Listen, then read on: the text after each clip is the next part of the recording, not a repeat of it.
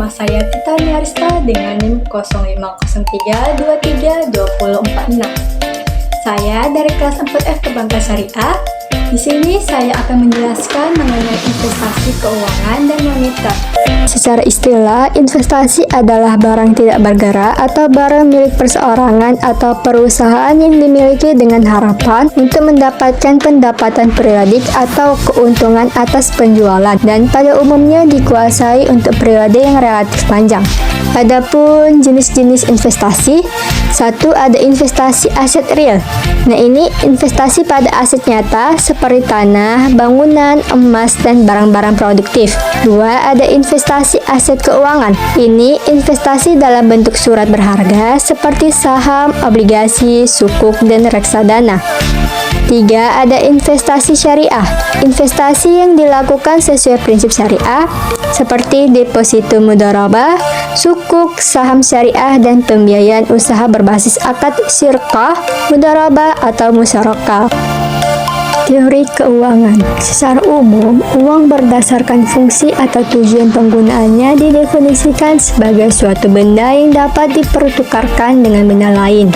Dapat digunakan untuk menilai benda lain, dapat digunakan sebagai alat penyimpan kekayaan, dan dapat juga digunakan untuk membayar hutang di waktu yang akan datang.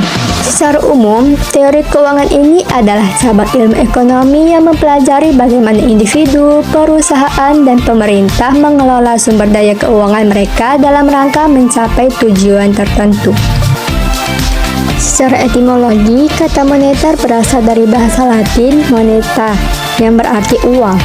Dalam ilmu ekonomi, istilah moneter berkaitan dengan segala hal yang berhubungan dengan uang, sistem pembayaran, serta bagaimana peredaran uang diatur dalam suatu perekonomian. Jadi, teori moneter adalah cabang ilmu ekonomi yang mempelajari peran uang di dalam perekonomian. Bagaimana uang mempengaruhi variabel-variabel ekonomi seperti harga, output, tingkat pengangguran, dan pertumbuhan ekonomi. Nah, fokus utama dari teori moneter ini adalah pada hubungan antara jumlah uang yang beredar dan kegiatan ekonomi secara makro.